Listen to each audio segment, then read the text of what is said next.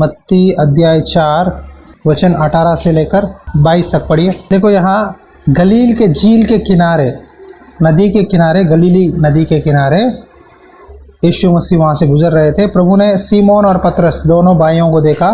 वो लोग क्या कर रहे थे? काम कर रहे थे, मेहनत कर रहे थे, अपना जाल डाल रहे थे मछलियों को पकड़ने के लिए।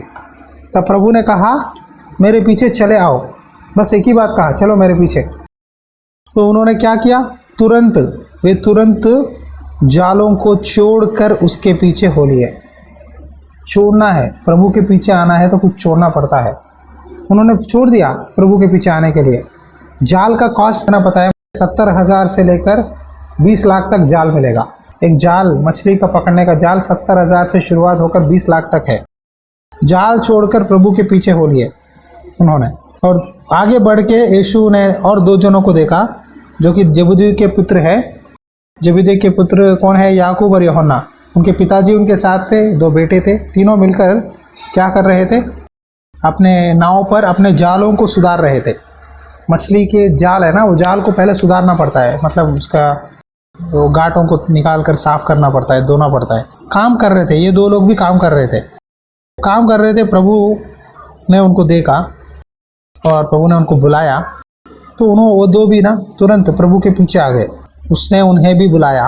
वे तुरंत नाव और अपने पिता को छोड़कर उसके पीछे हो लिए।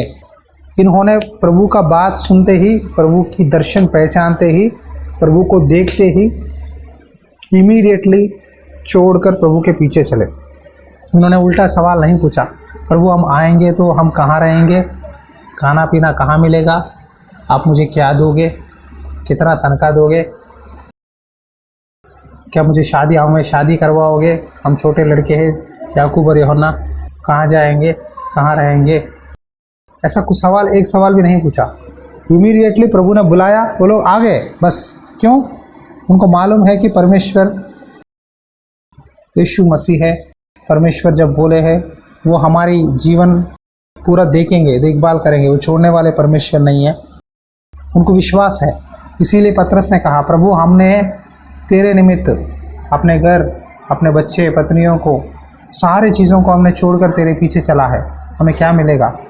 तो प्रभु ने कहा जो कोई मेरी सेवकाई के लिए, मेरा वचन प्रचार करने के लिए अपना घर, अपने माँ बाप, अपने रिश्तेदार, अपने पत्नी, बच्चे, सारे चीज़ों को छोड़कर मेरे पीछे जिसने चला है, यहाँ इस पृथ्वी पर 100 के बदले 200, 1000 के बदले 2000, 10,000 के बदले 1 लाख, 100% डबल ब्लेसिंग मिलेगा। दुगनी आशीष यहाँ मिलेगा और स्वर्ग के राज्य में मिलेगा। तो कई लोग ये बात नहीं जानते। प्रभु का काम करना है तो क्या मिलेगा, कैसे करेंगे, ये कैसा होगा, वो कैसा होगा, कई सवाल होते हैं। कई लोग इस सवालों के कारण प्रभु की सेवा में नहीं आते या प्रभु की बात नहीं मानते। लेकिन जब हम जो प्रभु कहे वो करेंगे, या प्रभु ने 4 लोगों को बुलाया, बुलाते ही वो लोग आ गए। लेकिन एक बंदा नहीं आया। कौन है बोलिए? अमीर बंदा, जिसके पास बहुत पैसा है, जो परमेश्वर की आज्ञा मानता है। प्रभु को ही वो सिखा रहा था कि मैं 10 आज्ञा मानता हूँ प्रभु, 10 आज्ञा मानता हूँ। व्यभिचार करना, चोरी ना करना, माँ बाप का आदर करना, दशमांश देना, सारी चीज़ों को मैं करता हूँ, बचपन से करता आया हूँ, मुझे सब मालूम है। तब प्रभु ने एक ही बात कहा, तेरे अंदर एक कमी है। तो पहले अपना पूरा पैसा बेच, कंगालों को दे दे तेरा प्रॉपर्टी, और मेरा पीछे आ, फॉलो कर मुझे, सेवा कर मेरे साथ। वो सर झुकाकर उदासी से वापस चला गया, क्योंकि पैसा ज़्यादा हो गया, पैसे से ज़्यादा प्यार करता था। हालांकि सारे आज्ञा फॉलो करता है, लेकिन प्रॉपर्टी बेचकर गरीबों को दे नहीं पाया, क्योंकि प्रभु का इच्छा उसके ऊपर क्या था? प्रॉपर्टी बेचकर मेरे पीछे चल, पैसों से मेरे पीछे नहीं आ सकता तू, पहले पैसे छोड़, कंगालों को दे और मेरा पीछे आ, तब मैं तुझे स्वीकार करूँगा। आज कई लोग ना ये अमीर व्यक्ति की तरह रहते हैं, जो छोड़ना है नहीं छोड़ते। नहीं छोड़ने के कारण आप वैसे ही रह जाते हो। प्रभु अगर कह रहा है कि ये काम छोड़, तू यहाँ जा, तो आपको जाना है। उल्टा में आप कहोगे तू ये कर प्रभु, तब मैं करूँगा। आप कंडीशंस मत रखो प्रभु को। अब अगर शर्तें लागू है बोल के कहता है ना ऐड में, शर्तें लगाओगे तो कोई काम प्रभु में आप नहीं देख सकते, प्रभु की दर्शन पूरा नहीं होगा, प्रभु का भविष्यवाणियाँ पूरा नहीं होगी। शर्तें लगाओ मत। प्रभु बोलेंगे तो सर झुकाकर पूरा विश्वास से आगे बढ़ो। इब्रानियों की पत्री अध्याय 10 वचन 35-36। क्योंकि तुम्हें धीरज धरना आवश्यक है ताकि परमेश्वर की इच्छा को पूरी करके तुम प्रतिज्ञा का फल पाओगे। उस दर्शन का, उस भविष्यवाणी का, उस वादा का, उस प्रतिज्ञा का फल कब मिलेगा? जब तुम धीरज के साथ हियाव न छोड़कर, हिम्मत को न छोड़कर खड़े रहोगे और परमेश्वर की इच्छा पूरी करोगे। मतलब मुश्किल भी आए, तकलीफ भी आए, जितना भी मुश्किल हो, प्रभु ने बोला है हमें करना है, प्रभु ने कहा है हमें चर्च को जाना है, प्रभु ने बुलाया है हमें सेवा करना है, प्रभु ने बोला है हमें गीत गाना है, प्रभु ने बोला है हमें काम करना है। जितना भी तकलीफ हो, वो इच्छा, वो संकल्प, कितना भी तकलीफ हो, जो भी हो जाए, मैं प्रभु के लिए करूँगा, ये नहीं छोड़ूंगा। जब आप फैसला लोगे, आगे बढ़ोगे, आपको प्रतिज्ञा का फल मिलेगा। परमेश्वर की इच्छा को पूरी करके तुम प्रतिज्ञा का फल पाओ। देखो, पहले परमेश्वर की इच्छा आपको पूरा करना है, तब आपको फल मिलेगा। आपको जो अपना काम है जो आप नहीं करते तो आपको फल नहीं मिलता, आशीष नहीं मिलता। कई लोग यही गिर जाते हैं। मैंने बहुत लोगों को देखा, बहुत से भविष्यवाणियाँ हैं, लेकिन क्यों पूरे नहीं होते? क्यों वैसा ही रह जाते?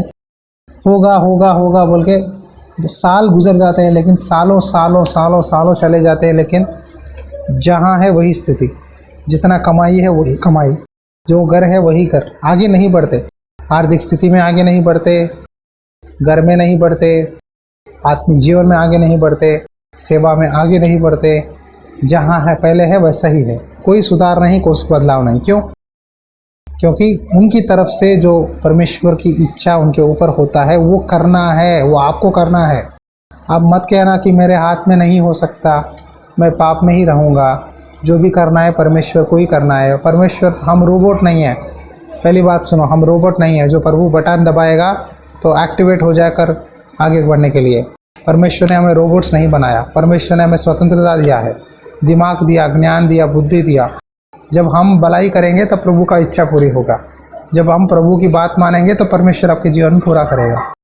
आज एक डिसीजन लो, आपके लाइफ में आपको प्रभु का इच्छा मालूम है या नहीं? मालूम है तो वो इच्छा पूरा होने के लिए आपकी तरफ से आप क्या कर रहे हैं? प्रभु के लिए क्या कर रहे हैं? सोचो एक बार। जो आपको करना है वो करना है। आप हवा में कभी भी मत बात करो कि परमेश्वर कर देगा। परमेश्वर ऐसा नहीं करेगा। आपको मेहनत करना है, आपको एक काम करवाना है। देखो, चर्च में मैं एक काम करवाने के लिए तो मैं हाथ पैर बैठकर चर्च में ना प्रभु कर देगा, प्रभु कर देगा बोल के मैं प्रार्थना करूँगा तो होगा क्या? मुझे 4-5 लोगों से बात करना पड़ेगा। कौन सस्ता में काम करेगा, कौन सही है, ये करेगा या ना करेगा, सब जानकारी करके, रेट पता करके, 3-4 लोगों को मौका देकर 3-4 दिन वेट करके, हाँ, धीरज के साथ परमेश्वर की इच्छा मैं करूँगा तब मुझे प्रतिफल मिलेगा। अगर मैं हाथ पैर बन के प्रभु तू ही कर दे, शकला का बूम बूम बोल के एक सीरियल रहता था, एक लड़का पेंसिल लेके जो भी ड्राइंग करता था वो पूरा हो जाता था। आज सब लोग यही इसी में है। हम घर में बैठेंगे, सपने देखेंगे, वो पूरा हो जाएगा, ऐसा नहीं होगा। याद रखो, घर में बैठकर आप जो भी ड्रॉ करोगे तो कल के दिन वो घर बन जाएगा, कार बन जाएगा, खिलौने बन जाए, ऐसा नहीं है। परमेश्वर ऐसे नहीं काम करता, ये चीप ट्रिक्स है। परमेश्वर आपको परीक्षा करता है, क्या ये काम करेगा नहीं। मैंने इसको एक काम दिया है, मैंने एक बात बोला है, मैंने दर्शन दिया है, मैंने भविष्यवाणी दिया है, तो क्या ये मेरी भविष्यवाणी मेरे दर्शन के हिसाब से चल रहा है या बैठ गया है? देखेगा। यीशु मसीह खुद कहा, जाओ, जाकर सारे लोगों को सुसमाचार प्रचार करो। पहला आप अपना काम करोगे तो परमेश्वर का इच्छा आपके लाइफ में पूरी होगी। हालेलुया। तो आज आपको परमेश्वर कहते हैं, मेरा धर्मजन विश्वास से जीवित रहेगा। विश्वास से आपके लाइफ में, आपकी आत्मिक स्थिति में जो जो चीज़ें रुके हुए हैं, जहाँ जहाँ काम रुके हुए हैं, सोचो, आगे बढ़ो, उसको आगे बढ़ाने की कोशिश करो। आपके तरफ से आपको जो करना है करो। जब आप अपना काम करोगे, तुम धीरज धारना आवश्यक है। हियाव को न छोड़ो, हिम्मत को मत हारो। परमेश्वर की इच्छा को पूरी करके, लिखा है पूरी करना है। वो नहीं करेगा, आपको करना है। बस वो बोलेगा आपको। जब मैं प्रभु का दास बोलता हूँ कि ब्रदर आप ये काम करो, तो वो सलाह प्रभु की ओर से आ रहा है। अगर आप वो मानोगे तो आशीष मिलेगा। अगर आप वो कोई बात नहीं प्रभु कर देगा बोल के रुक जाओगे ना तो कभी भी आगे नहीं बढ़ सकते। प्रभु वो अच्छा काउंसलिंग देता है, मैं तुझे बुद्धि दूंगा, जिस मार्ग में तुझे चलना है मैं तुझे अगुवाई करूंगा, रास्ता बताएगा, आइडिया देगा। प्रभु वो आइडिया को पकड़ोगे तो आशीष मिलेगा, प्रभु का इच्छा पूरा होगा। आज प्रार्थना करो, मैं कहाँ हूँ आत्मिक स्थिति में, मेरी घर की फाइनेंसेस कौन सी स्थिति में है, 5 साल के पहले जो है क्या मैं वही हूँ, क्या 3 साल के पहले जहाँ हूँ वही हूँ, मेरी आत्मिक स्थिति कैसा है, क्या आत्मा में बढ़ रहा हूँ, क्या है मेरे जीवन में रुकावट, क्या है मुश्किल, क्या कमी है मेरे अंदर, कहाँ मैं पीछे चला गया हूँ। परखना चाहिए हर एक मसीह को। परखोगे तो परमेश्वर बताएगा, आपको मार्गदर्शन करेगा, और उस मार्गदर्शन में आप चलोगे तो जब परमेश्वर का इच्छा आप करोगे तब प्रतिफल पाओगे। हालेलुया। तो धीरज ज़रूरी है, हिम्मत चाहिए, प्रार्थना करना ना छोड़ो, वचन पढ़ना ना छोड़ो, चर्च आना मत छोड़ो, संगति में जुड़ना मत छोड़ो, मीटिंग्स जुड़ते रहो। तकलीफ़ें आएंगे, बीमारियां आएंगे, सब चले जाएंगे। तकलीफ़ों को, बीमारियों को देखकर मत डरो, प्रभु उससे भी बड़ा है। ये सब आपकी परीक्षा के लिए हो रहा है, बस आपका विश्वास को प्रभु परख रहा है, क्या आप करोगे या गिरोगे। उस परीक्षा में खड़े हो जाओ, परमेश्वर आशीष देगा, चंगाई देगा। ये सब छोटे छोटे चीज़ें हैं, लेकिन प्रभु का इच्छा करना बहुत ज़रूरी है। आइए आंखें बंद करेंगे, प्रार्थना करता हूँ सभी के लिए। आंखें बंद कीजिए, प्रार्थना करता हूँ। धन्यवाद परमेश्वर, धन्यवाद परमेश्वर, भूमि आकाश को बनाया हुआ प्रभु जी। आज के दिन आपने कहा मेरी इच्छा करना ज़रूरी है। जब आपने पतरस को, आंद्रिया को, याकूब और यूहन्ना को बुलाया, उन्होंने अपने जाल छोड़कर, अपने पिताजी, अपने घर सबको छोड़कर आपके पीछे आ गए। आज उस तरह का मन हमारे चर्च में आने वाले बच्चों को दीजिए, ये मीटिंग में जुड़े हुए लोगों को दीजिए। अब्राहम से आपने कहा, अब्राहम अपना घर, अपना देश, अपने कुटुंबियों को छोड़कर जहाँ मैं दिखाऊंगा वहाँ जा, मैं तुझे बड़ी जाति बनाऊंगा। तो अब्राहम ने पूरी छोड़कर आपके पीछे चला। आज कई लोगों पर प्रभु आपने अपनी इच्छा को दर्शन के द्वारा, स्वप्नों के द्वारा बताया है, लेकिन वो स्वप्न पूरा होने के लिए, वो दर्शन पूरा होने के लिए अपनी तरफ से जो काम करना है, आपके बच्चे काम करने के लिए सहायता कीजिए। जब आपकी इच्छा ये लोग काम करेंगे, वो इच्छा के, वो दर्शन के हिसाब से आगे बढ़ेंगे, तब आप उसका प्रतिफल दोगे। प्रभु हम बीमारियों से, फाइनेंशियल प्रॉब्लम से, तकलीफ़ों से, संसार से नहीं डरेंगे। जो भी हो, मेरा परमेश्वर महान है। धीरज धारना आवश्यक है, धीरज धारना आवश्यक है। मेरा धर्म जन विश्वास से जीवित रहेगा। यदि वो पीछे हटे, मैं उसके हिसाब से कुछ नहीं रहूँगा। लेकिन हम पीछे हटने वाले नहीं, आगे बढ़ने वाले बनेंगे और परमेश्वर की इच्छा पूरी करके उस प्रतिफल पाएंगे। धन्यवाद परमेश्वर। सारे लोगों के लिए प्रार्थना करता हूँ, हर एक व्यक्ति को इस रात छू लीजिए, आपकी इच्छा उनके जीवन में दीजिए, उनके बिजनेस में, उनके नौकरी में, उनके घर में, उनके बच्चों के पढ़ाइयों में। प्रभु हर जगह आपकी इच्छा को पहचान कर कदम कदम पर आगे बढ़ने के लिए और उस प्रतिफल को पाने के लिए शक्ति दीजिए। आशीष बरकत देकर ब्लेसिंग दीजिए।